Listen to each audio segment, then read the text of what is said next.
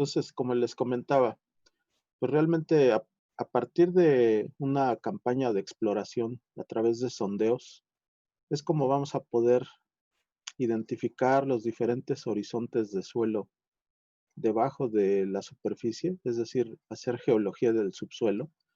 ¿Con qué fines?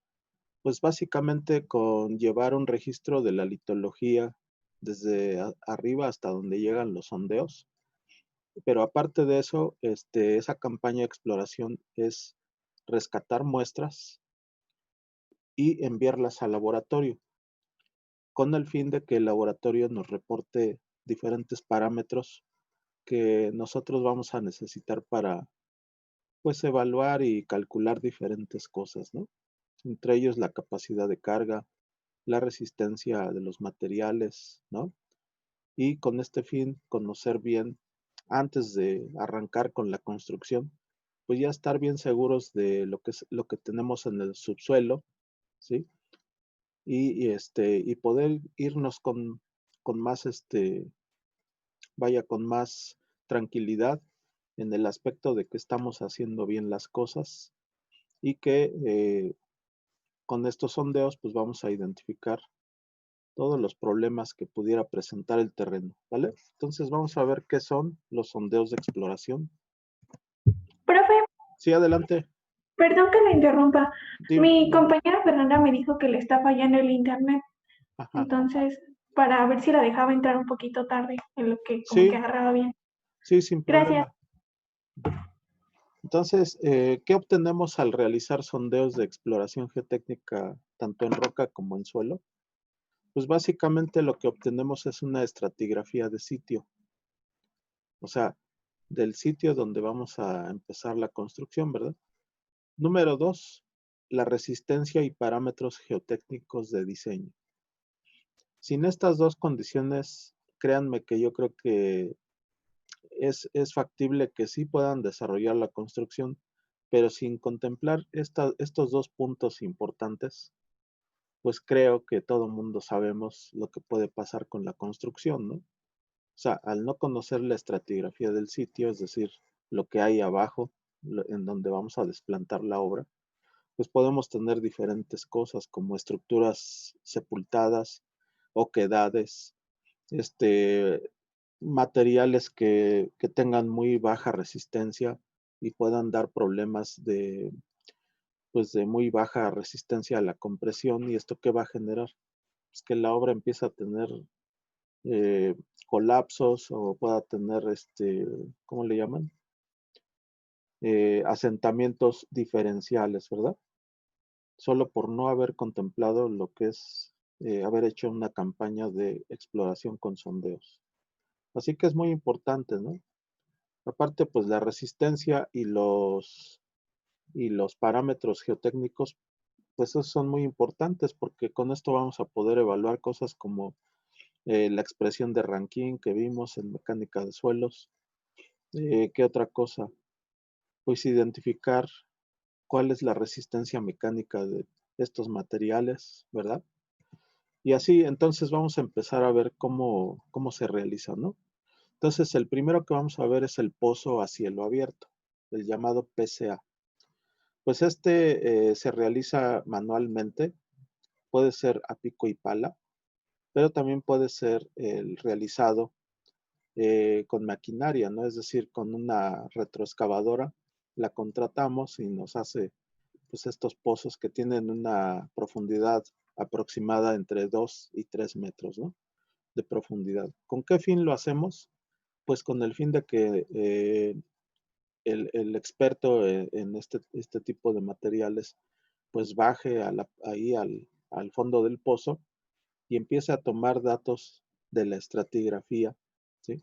De este pequeño pozo superficial, ¿no? Pozo a cielo abierto, que no llega a más que unos 2 o 3 metros de profundidad, ¿no? Los métodos de excavación, como les mencionaba, pues pueden ser manuales o con máquina retroexcavadora. Obviamente, pues va a depender de la disponibilidad de mano de obra o de maquinaria. No en todos los lugares pues, existe una retro ahí cercana, ¿no? Al sitio. Así que igual y tendrían que hacerlos manualmente. pero dependiendo la disponibilidad de mano de obra y de maquinaria, pues lo más económico y lo más rápido son ejecutarlos con retroexcavadora, ¿no? Entonces, aquí, por ejemplo, tengo un perfil de suelos. Vean que están señalando ahí esas flechas, diferentes horizontes, ¿no? Aquí los primeros, dijéramos, los primeros dos aquí, pues son un suelo muy, muy negro. Está lleno de raíces. Pues obvio, todo este material el ingeniero civil no le sirve. Todos estos primeros centímetros, por decirlo así, los tendría que despalmar. Se tendría que limpiar el terreno y que quede libre de toda esta materia orgánica y raíces, ¿sí? A la ingeniería civil, pues no le interesa esto, ¿no? Se tiene que ir hasta un estrato donde las condiciones del suelo sean ideales para poder construir, ¿sale? Entonces habíamos descartado, según la mecánica de suelos, construir en suelos orgánicos. Son prohibitivos, ¿verdad? Para la ingeniería civil, ya que estos solamente son del dominio de los agrónomos, ¿no? Entonces, para ustedes, ingenieros civiles, esto no les sirve. Todos estos primeros centímetros son de la llamada capa de suelo vegetal. Esa no nos interesa, ¿verdad? Como ingenieros. ¿Qué nos interesa? Pues las capas más profundas. Así es como se lleva a cabo pues la colección de una muestra cúbica inalterada. Vean que se hace dijéramos una silueta alrededor de una muestra en forma de cubo. Entonces empezamos a excavar alrededor en suelos de naturaleza plástica. O sea, esto no lo puedes hacer con arenas o con gravas, ¿no? Tiene que ser la muestra inalterada de arcillas y limos, ¿no? ¿Con qué fin? Y obvio, no te vas a ir con la de suelo vegetal, no te interesa.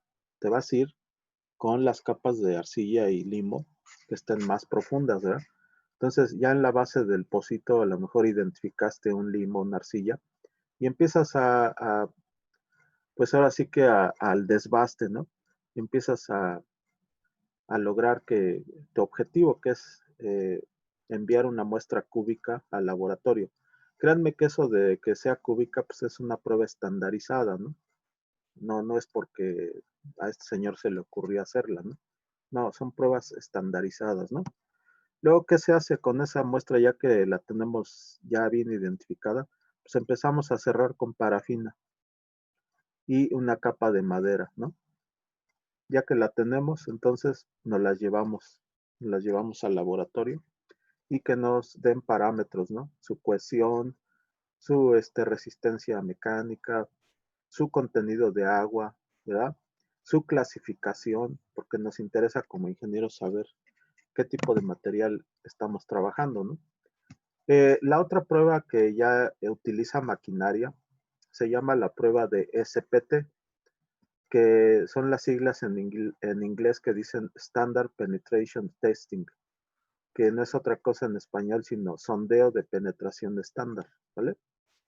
Entonces, así las cosas, vean, aquí está la maquinaria que se utiliza para esta prueba SPT. En realidad es un martinete aquí, suspendido a cierta altura de esta cabeza de golpeo. Y aquí con ayuda de un malacate y una soga, pues ese martinete se levanta y se suelta. Este operador suelta hasta cierta altura, suelta este martinete y en caída libre golpea esta cabeza de golpeo.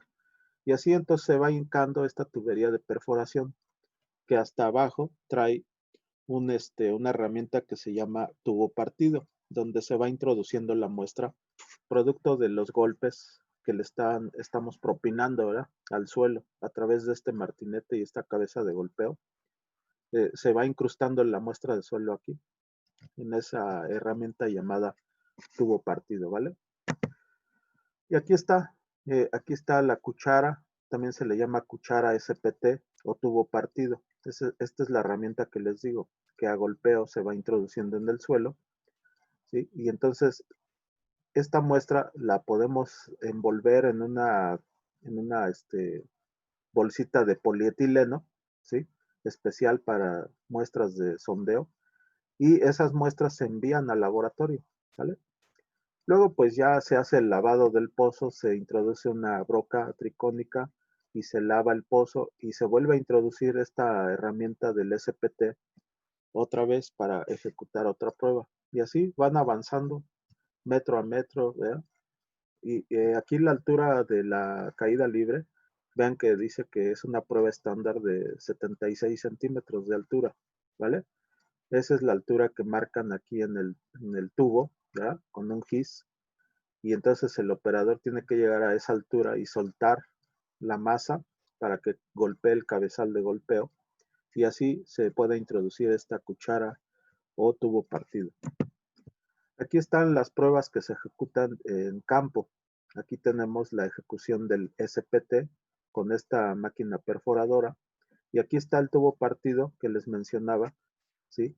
Que se le llama partido porque ya al quitarle estas puntas cónicas, cuando quitas estas puntas puedes abrir el tubo, ¿verdad? Abrir el tubo y ver lo que tiene aquí adentro, que es la muestra que se introdujo a golpes, ¿vale? Entonces toda esta muestra se envuelve en bolsas de polietileno especiales para sondeo y estas muestras se envían al laboratorio, ¿vale? Aquí tenemos la consistencia de los suelos dependiendo del número de golpes. Aquí está esa famosa N. N que dice número de golpes para hincar eh, el martinete, ¿no? O sea, el tubo partido. Aquí en suelos duros o de consistencia dura, pues necesitan algo así como más de 30 golpes para introducir unos centímetros, ¿no? Y vean que esto se puede correlacionar tanto con la gama de la muestra, es decir, el peso volumétrico en saturado, que está en unidades de gramos sobre centímetro cúbico. Aquí daría más 2, ¿verdad? Es mayor a 2 ese peso volumétrico, ¿no? Pero también se relaciona con esta QU, que es por decirlo, este es un parámetro de resistencia que pues identifica la capacidad de carga admisible, ¿no? Capacidad de carga unitaria, ¿no? Y dice, entonces está en unidades de kilos sobre centímetro cuadrado. Vean que para una consistencia dura, pues esa capacidad de carga es mayor a 4 kilos sobre centímetro cuadrado, ¿vale? Y vean que luego ya vienen otros acá, muy rígida, que va entre 15 y 30 golpes para hincar el tubo partido. Y pues aquí están los parámetros de la gama de la muestra y de su capacidad de carga. Vean que ya fluctúa entre 2 y 4. Aquí está la gama, o sea, el peso volumétrico que va entre 2.08 a 2.24. Rígida, si ya pues el martinete da de 8 a 15 golpes. La muestra se puede marcar con el pulgar, ¿sí? Aquí con la uña del pulgar y acá se marca muy difícilmente, o sea, no le haces nada, ¿no? Pero aquí sí, vean que a medida que vamos disminuyendo en resistencia, en consistencia, pues ya puedes marcarlo con el pulgar. La gama de la muestra estaría entre estos dos, ¿no? Entre 1.92 y 2.08, mientras que su capacidad de carga va de 1 a 2 kilos sobre centímetro cuadrado.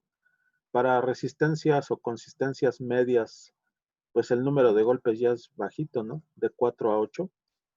Es moldeable bajo presiones fuertes esta muestra, es plástica, ¿no?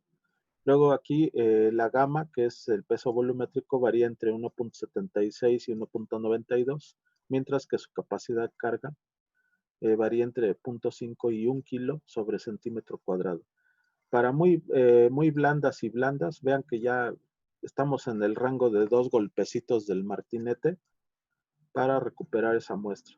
Y entonces, pues ya aquí la gama de la muestra, vean que va de 1.60 a 1.76 y de 1.60 a 1.44.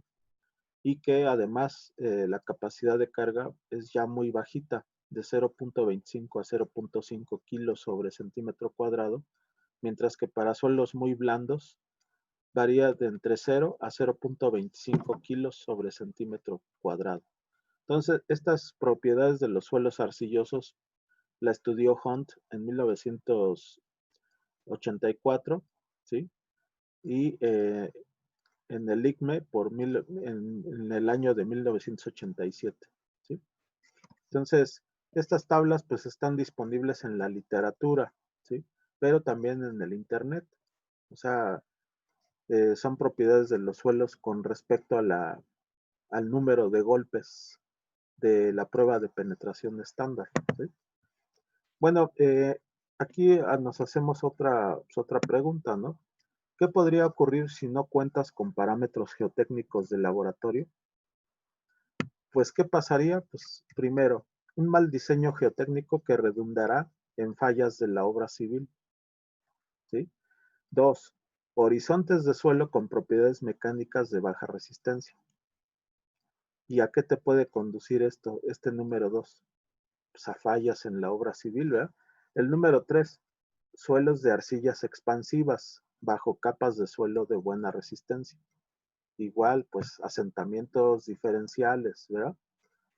Que no quieres que ocurran en tu obra porque la obra puede perder su verticalidad, ¿no? Y a eso se le llama este desplome, ¿verdad? De la obra. Y eso ha pasado, créanme, en obras que se están construyendo y se van ladeando, ¿no? Entonces, como consecuencia de qué? Pues de que se pasaron por el arco del triunfo el hacer geotecnia, el que no hicieron ninguna campaña de exploración y no obtuvieron parámetros geotécnicos para poder calcular y diseñar su obra, ¿no? Entonces aquí tengo la ilustración de una estación agrietada por la expansión de arcillas. Vean qué le puede pasar a tu obra si abajo en el subsuelo encuentras arcillas expansivas. Pues nada más y nada menos esto, ¿no? Que tu construcción sufra fracturas, ¿vale? Y pues no quieres, ¿verdad? No quieres que tu cliente o para lo que diseñaste la obra se empiece a agrietar y se empiece a desplomar, ¿verdad? No quieres eso. Entonces, los equipos los hay desde portátiles, como este, para sondeos superficiales, pues hasta maquinitas más grandes, ¿no? Que estas ya pesan por lo menos 1,5 toneladas, ¿no? O sea, son máquinas perforadoras de esas llamadas Longier. Y pues tienen sistemas hidráulicos, tienen rotación, tienen empuje hidráulico, etcétera. Le ponen aquí hasta su torre, ¿no? Para todas las maniobras ahí arriba con las poleas, etcétera. Y también vienen equipados con una bomba de agua, porque acuérdense que perforar en seco, pues te puede lastimar la herramienta, o sea, el que tú perfores en seco, pues las brocas se te van a desgranar, o sea, porque necesitan el agua como lubricante, ¿vale? Pues para eso vienen equipadas también con su bombita de agua, ¿no? También. Algunas, no todas.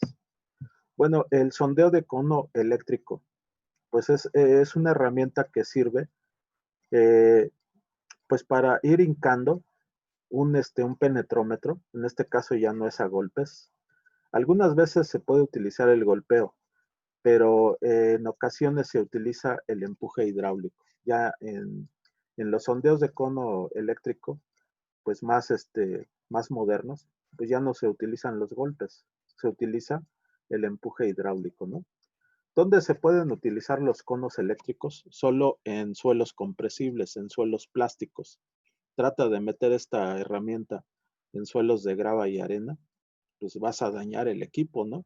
Entonces, si sabes que los suelos que están allá abajo, por una campaña previa a la mejor de exploración, detectaste que los materiales son de grava y arena, pues no, nunca vas a meter esta herramienta, ¿verdad? La vas a meter solo si sabes que los materiales allá abajo son suelos plásticos, ¿no? Porque si no dañas el equipo, ¿no? Entonces aquí están las diferentes puntas cónicas que se meten, se introducen a presión, a presión hidráulica, ¿no? Y están equipadas con deformímetros, con celdas, ¿verdad? Que van leyendo a través de esas celdas, de esos microchips, pues envían una señal de cuánto está resistiendo aquí abajo para introducir la punta y entonces va un cableado aquí al centro interior, un cableado interior, para que obtengamos una gráfica como estas, fíjense. Entonces a mí me parece muy, muy bonito esto porque yo cuando lo empecé a ejecutar pues, en mis años mozos, ¿no? Cuando empecé en la geotecnia, pues sí íbamos con este equipo de sondeo eléctrico a muchos lugares. Yo hice sondeos eléctricos de estos en Upixa, allá por Iztacalco, en el Valle de México, allá por Xochimilco. Pues ya ven que todos los suelos son arcillosos y limosos, ¿no? Entonces podemos obtener esta gráfica pues de la resistencia que ofrece el terreno a ser introducida esta herramienta. Entonces te da una gráfica como si fuera una radiografía del subsuelo, ¿no? Obvio, en los lugares donde hay picos como aquí, como aquí, como aquí, pues tiene algunos horizontes pequeñitos de arena, ¿no? De arena de alta compacidad. Entonces le cuesta más trabajo al equipo entrar ahí. Aquí en estos lugares, estos horizontes de pico, aquí están algunas arenas volcánicas, ¿no? Aquí se vuelve ya muy baja la presión y va aumentando a medida que vamos profundizando, ¿sí? Así, entonces obtienes una gráfica representativa del subsuelo. Me parece genial esta herramienta, yo la he utilizado en campañas de exploración y es muy interesante, muy bonito el método. Aquí está esta máquina que pues ya tiene, como les dije, un sistema de empuje hidráulico, ¿no? O sea, ya viene equipada con ¿verdad? Con todo estas, ¿cómo se llama? Mangueras, ¿verdad? Que ilustran que pues esta maquinaria ocupa aceite hidráulico y pues tiene la fuerza para penetrar esa punta, ¿no? Y aquí está el juego de todas las barras que tiene que meter poco a poco y con un cableado interior y que luego esta pues va montada alguna consolita que te esté graficando. Bueno, aquí está, si hiciéramos un corte así de rebanada de la herramienta, esto es lo que veríamos en su interior. Aquí está la punta cónica aquí, de 10 centímetros cuadrados tiene. ¿Qué tiene otra cosa más? Celda de carga, el número 2, ¿verdad? Es esta. Extensómetros, que es el número 3, aquí están. 4, el manguito de fricción, es este. 5 es un anillo de ajuste, este otro. 6 es un buje impermeable, aquí está, para que no se introduzca agua en la herramienta. El 7, ¿qué es? Pues es el cable que les digo que viene adentro, ¿verdad? Y que emite la señal eléctrica de estos deformímetros, de estos extensómetros, ¿verdad? Capta la energía, ¿no? O sea, con qué resistencia se está introduciendo al terreno esta punta cónica. Entonces, estos extensómetros sirven para eso, para enviar la señal eléctrica, ¿vale? Y bueno, fíjense que este es un tema que se llama la calidad de la roca. Pues normalmente en sondeos en roca podemos ejecutar esta pequeña expresión que se le llama RQD. Pues es una prueba de aplicación, ¿no? Muy interesante, yo la tengo en mi canal de YouTube.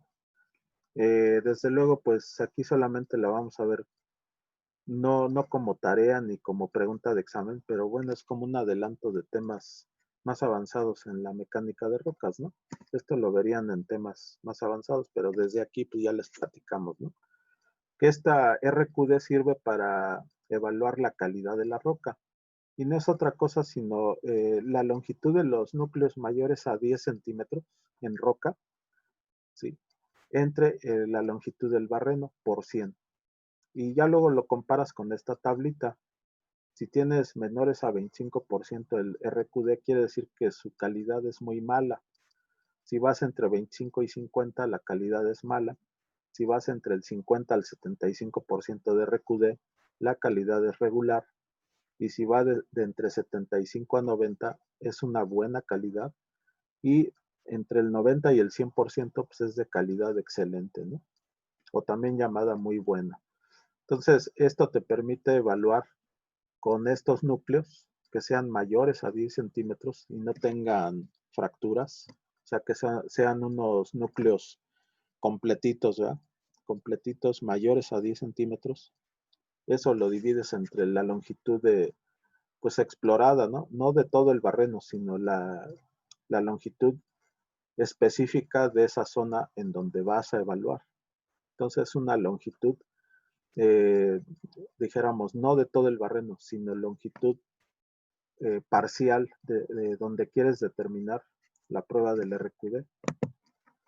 Bueno, aquí, por ejemplo, tengo un ejemplo aquí, ¿no? De cómo se saca. Vean, aquí están los núcleos que se obtienen de esa prueba de perforar en roca.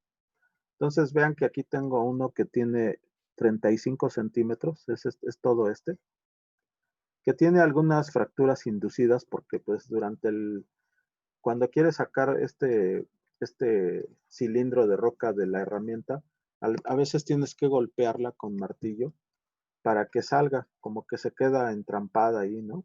Entonces, a golpes de martillo o de masa, la sacas y entonces a veces generas estas fracturitas, pues muy verticales, ¿no? Así. Pero noten que aquellas que son inclinadas, pues esas no, esas son parte de las fracturas de la roca, ¿no? Esas sí son naturales. Estas son inducidas porque, pues, ven, son horizontales, ¿no? Y muy bien, las puedes ver, que embona perfectamente uno y otro. En cambio, las fracturas tradicionalmente de la roca, pues tienen una superficie ondulante, rugosa, ¿no? Y estas la tienen muy plana. Entonces, sospecharías, no, pues esto lo hice yo por golpear la herramienta, ¿no? Para sacar el núcleo. Pero bueno, ¿qué núcleos tomaríamos en cuenta para sacar el promedio de RQD? Pues estos mayores a 10 centímetros, este de 35, estos 3 centímetros también se toman en cuenta y estos 20 también. Entonces tomaríamos 15 más 23, que va desde aquí hasta acá. ¿Y por qué esta fracturita la inducimos? Entonces hasta acá podríamos determinar. Y es la suma de estos tres entre la longitud perforada en ese tramo que vamos a hacer la prueba. Entonces, ahí dice que son 122 centímetros de perforación, ¿sí? Entonces, al hacer las operaciones por 100 me da 48%, ¿vale? La comparo con la tablita aquí del RQD y pues veo que va del 25 al 50. Pues esa calidad sería mala. ¿Estamos de acuerdo? Aquí está. Entonces yo creo que pues este tema está interesante, pero sí lo van a ver con calma en semestres más avanzados, ¿no? Y bueno, aquí está un formatito de campo para exploración de suelos. Estos son los que se utilizan en campo, ¿no? Y bueno, ya cuando lo echas a máquina y lo pones en limpio, pues se ve muy bonito como este. El de perforación está todo manchado, todo, así todo, ni siquiera hecho a máquina, está hecho a mano, ¿no? Por el perforador o las gentes que estén trabajando. Pero ese, pues ya lo pasas en limpio, ¿no? Con tus observaciones y obtienes un formato de campo como este, ¿vale? Donde a grandes rasgos, pues tiene la descripción de las muestras, ¿no? Aquí están. ¿Qué otra cosa tiene este formato? El nombre del proyecto, la empresa, ¿no? Las coordenadas, el sondeo número tal, la fecha, la profundidad, ¿sí? Entonces, de este lado tienes la profundidad en metros, ¿sí? Tienes una columna litológica en colores aquí, que tú la vas llevando. La descripción, las muestras que estás sacando, cuáles sí estás sacando para el laboratorio. El número de golpes, ¿sí? Que se necesitaron para hincar la muestra. Entonces, está interesante este formato, ¿no? Y Lo van a ver en su oportunidad en mecánica de suelos. Pero bueno, desde aquí se los adelantamos, ¿no? Y este otro formato es para exploración de roca, que es muy parecido al otro, ¿no? Pero pues aquí tiene cuánto de recuperación, cuánto de RQD. El RQD pues es la calidad de la roca, su descripción, su dibujo del barreno, ¿verdad? Aquí está este dibujito del barreno, la profundidad, etcétera, la descripción, datos esenciales, número de sondeo, tipo, número de proyecto o el nombre del proyecto, las coordenadas del sondeo, la fecha, etcétera. Ahí estaba yo pensando en la presentación respecto al tema de, pues, de sondeos directos, ¿no? Me parece que sería interesante ahora también, bueno, no sé si tengan alguna duda antes de pasar a otro subtema. El otro subtema es de métodos indirectos, ¿no? No sé si hubiera alguna problema, alguna pregunta de ustedes hasta este momento. Si no, pues pasamos al siguiente subtema, ¿vale? No sé por qué tan poquitos jóvenes. Les había mencionado que estas clases, las últimas, pues son muy, muy importantes para presentar su último examen, ¿eh? ¿Alguien tendrá alguna idea por qué vinieron tan pocos?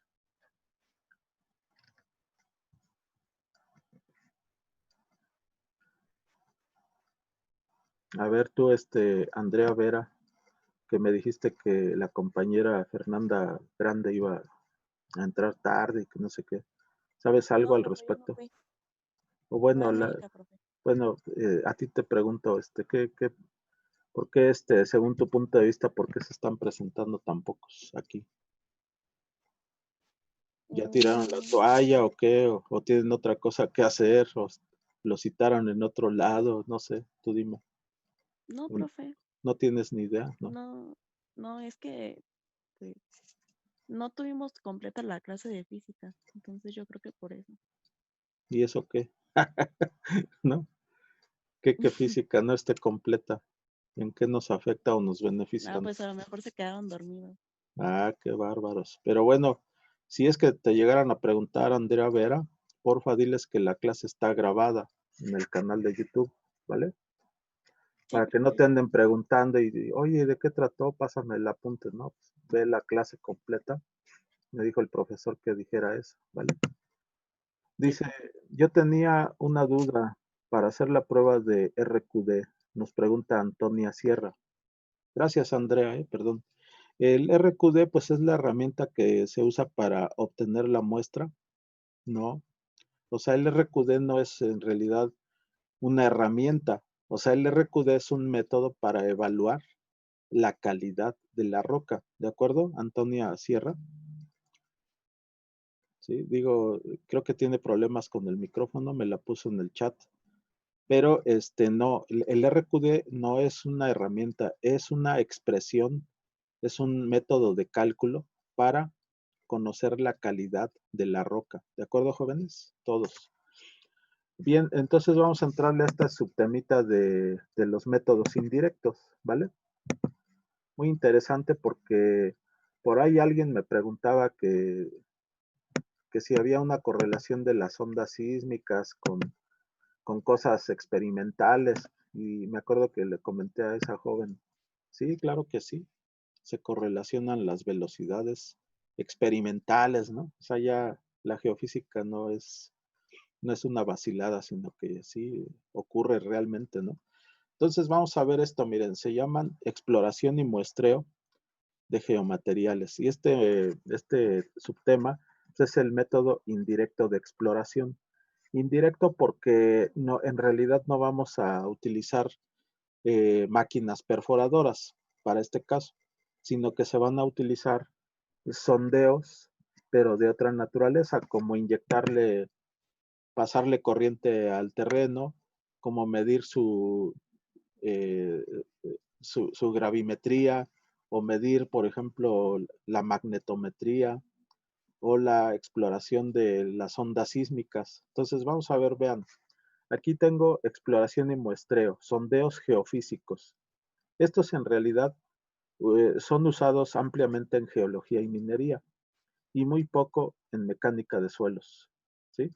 Dan información de los perfiles del suelo en áreas relativamente grandes. Miren, vean, este sistema de resistividad eléctrica, pues es en realidad pasarle corriente eléctrica al terreno.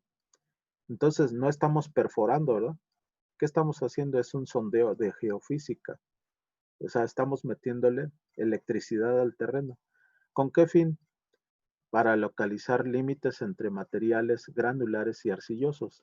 También detectar el nivel freático e interfaces suelo-roca. Las limitaciones de este primer método serían que es difícil de interpretar, especialmente cuando los mantos no son horizontales. Bueno, hay otro sistema que se llama de refracción sísmica, ¿sí?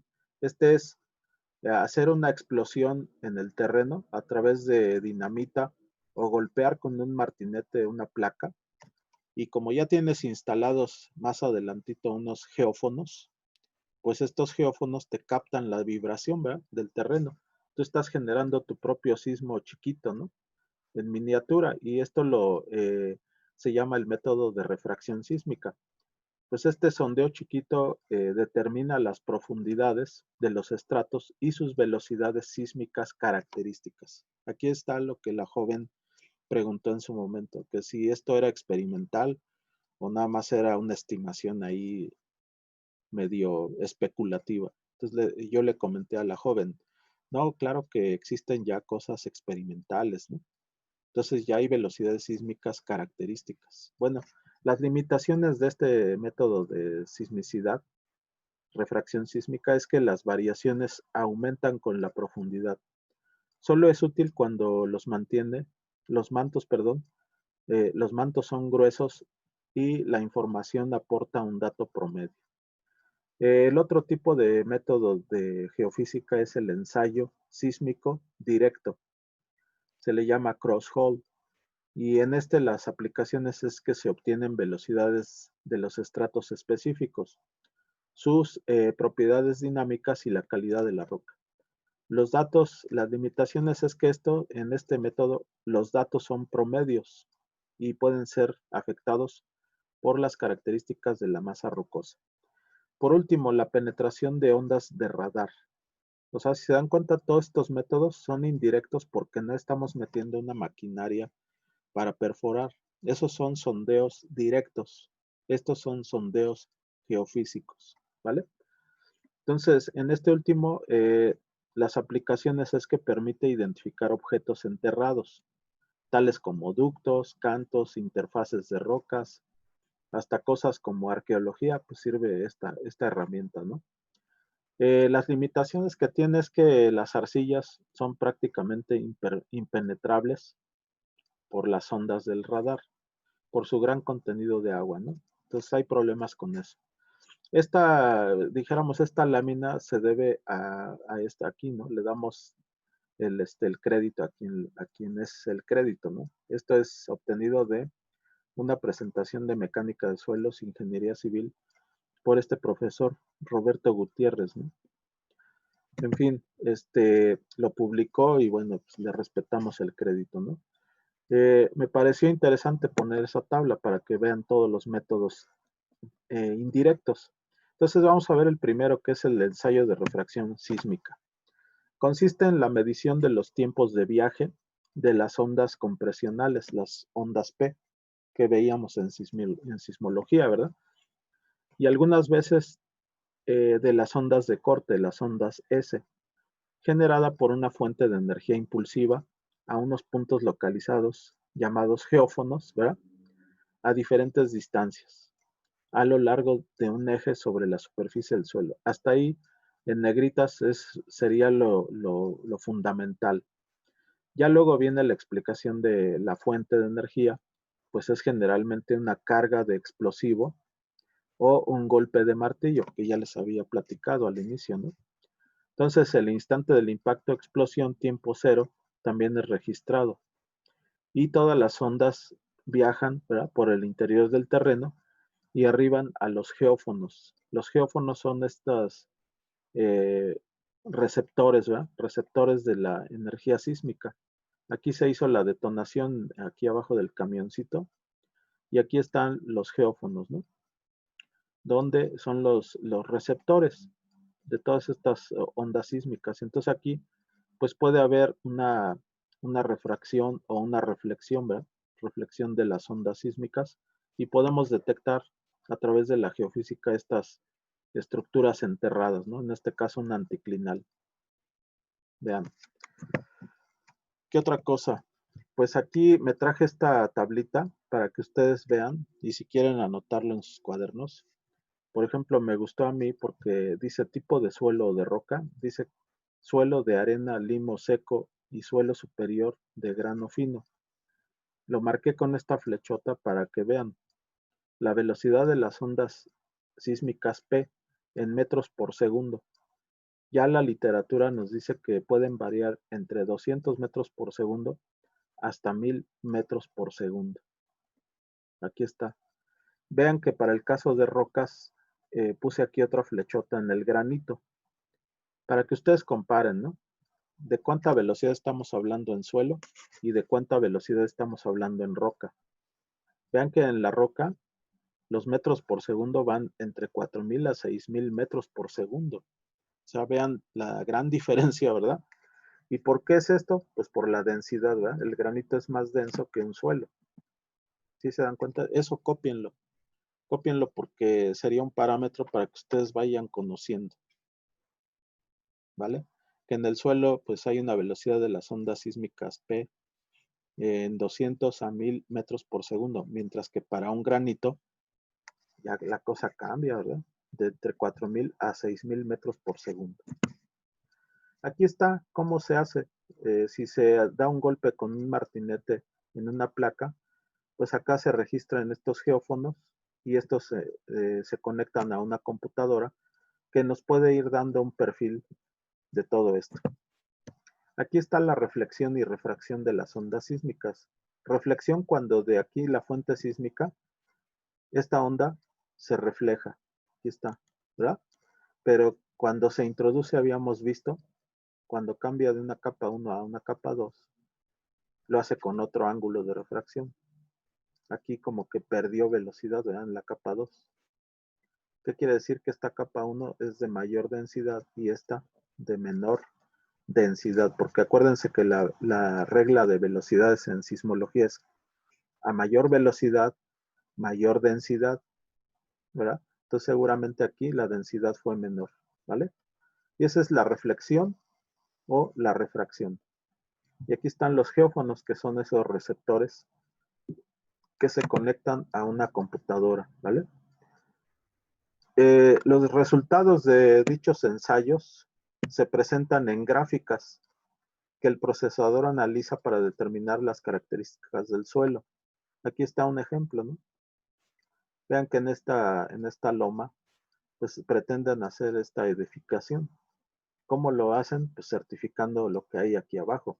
Una campaña de exploración directa con sondeos, con máquinas perforadoras, pero también la implementación de estos métodos indirectos, ¿verdad? De la geofísica. Entonces está muy interesante esto. El otro es introducir energía eléctrica al terreno.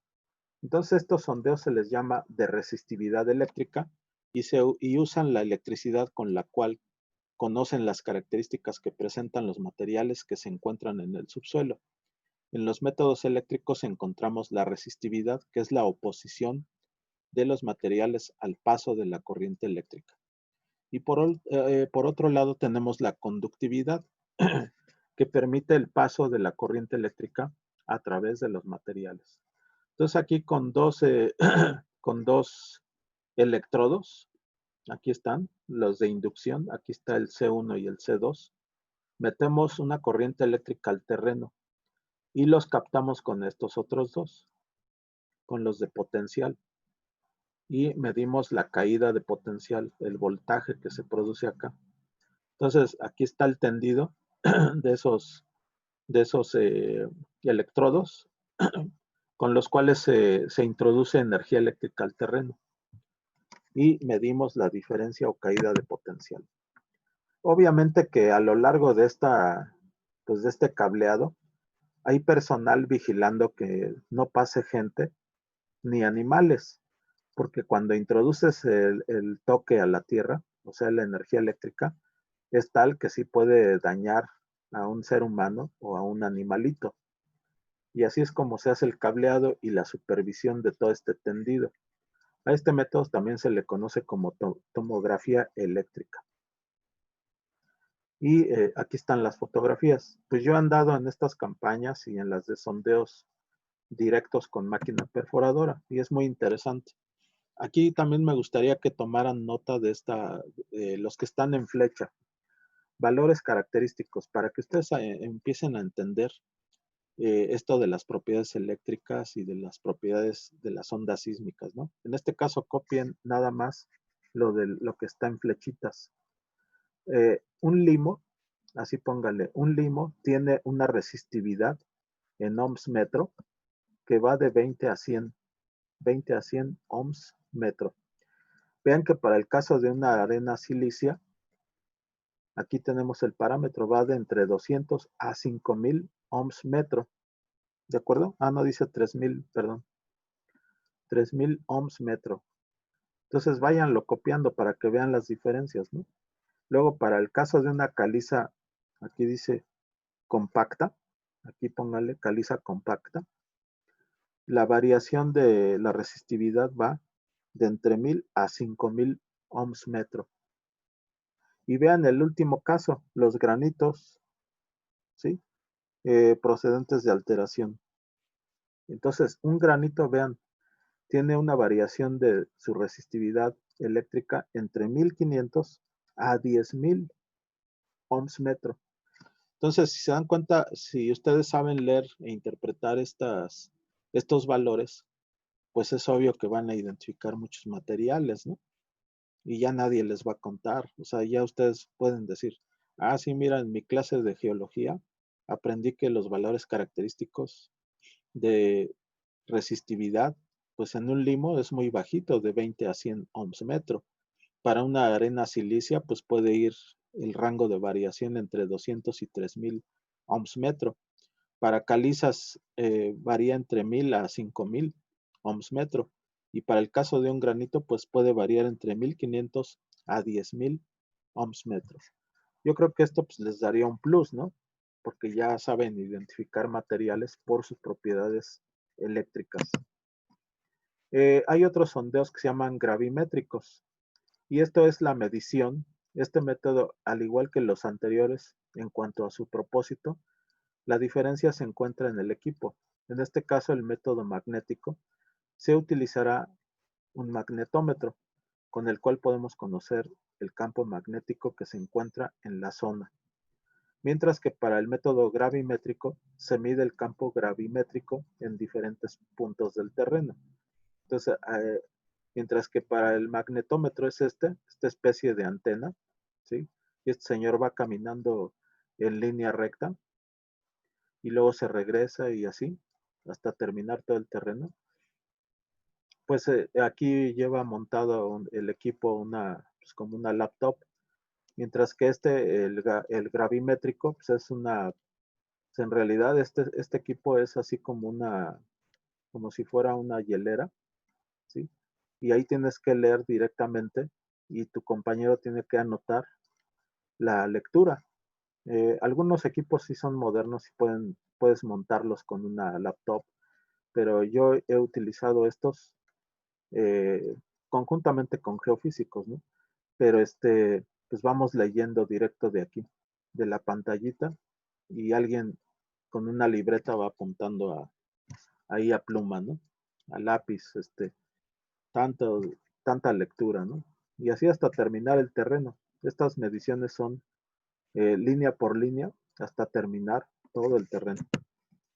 Pues bien, jóvenes, hasta aquí es donde yo quería llevar ambas presentaciones. Yo espero que les haya gustado los dos temas porque son aplicativos. Ya no es tanta teoría, sino que ustedes conozcan a través de qué herramientas se puede conocer el terreno, ¿sale? El primer caso pues, eran las máquinas perforadoras, los métodos manuales para sacar muestras. Pero en este caso ya no, ni sacamos muestras ni perforamos, sino utilizamos herramientas de geofísica. No sé qué les pareció estos dos temas. Me gustarían sus comentarios, pero también sus preguntas. Adelante, jóvenes. Profe, yo tengo una duda. Adelante. Al principio vimos que al obtener la muestra nos dijo que se envolvía en una bolsa de poliestireno, me parece. Ajá, sí, polietileno. ¿Y por qué? ¿Por qué se envuelve? Pues para que la muestra no pierda su humedad. Ya de por sí al sacarla, en el contacto con la atmósfera, empieza a perder por evaporación la humedad, ¿verdad? La humedad que tiene. Y pues obvio, para que no pierda tanto, la embolsamos, además de que es más práctico así enviarla al laboratorio. Imagínate cómo vas a enviar una muestra. O sea, ¿cómo la enviarías si no lo haces así? Se te haría un cajón de puro suelo revuelto, ¿no?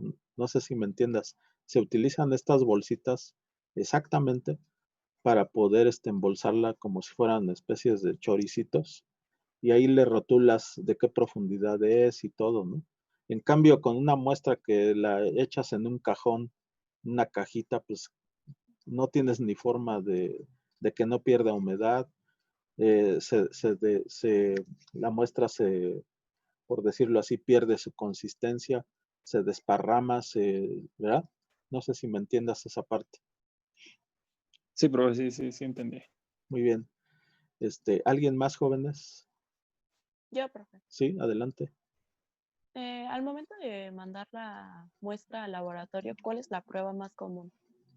Ajá, pues fíjate que la más común es la granulometría. O sea, en el laboratorio pues, la van a dividir en una serie de sedazos de diferente apertura de malla. Entonces hay diferentes números de malla, la malla número 100, la 200, la malla número 30, etcétera.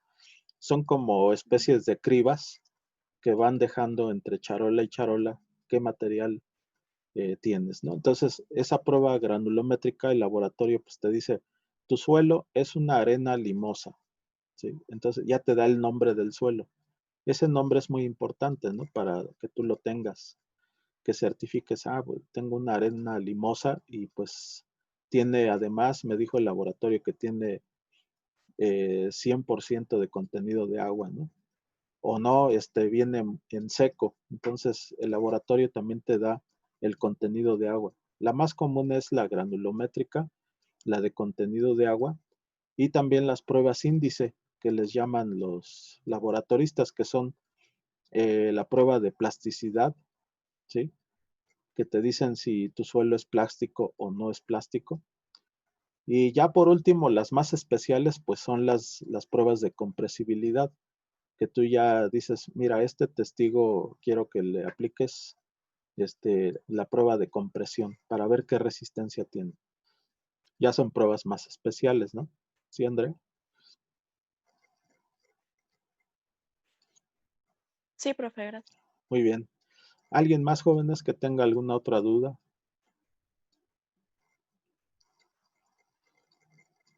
O también comentario, ¿qué les parecieron estos temas? Si valió la pena presentarlos, ¿no? O se les hizo muy, dijéramos, hasta muy tedioso el tema. Ustedes díganme, ¿no? O sea, me gusta recabar también opiniones, ¿no?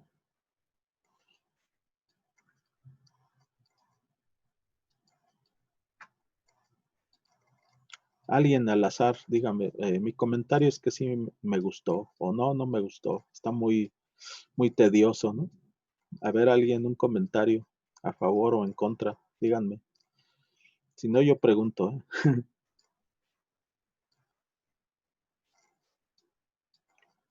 Pues a mí se me hizo interesante, es interesante ver y que nos adelante un poco de lo que veremos en semestres posteriores a este. Sirve de que Exacto, vamos más o menos aprendiendo y teniendo idea de qué tipo de muestra y para qué sirve. exacto.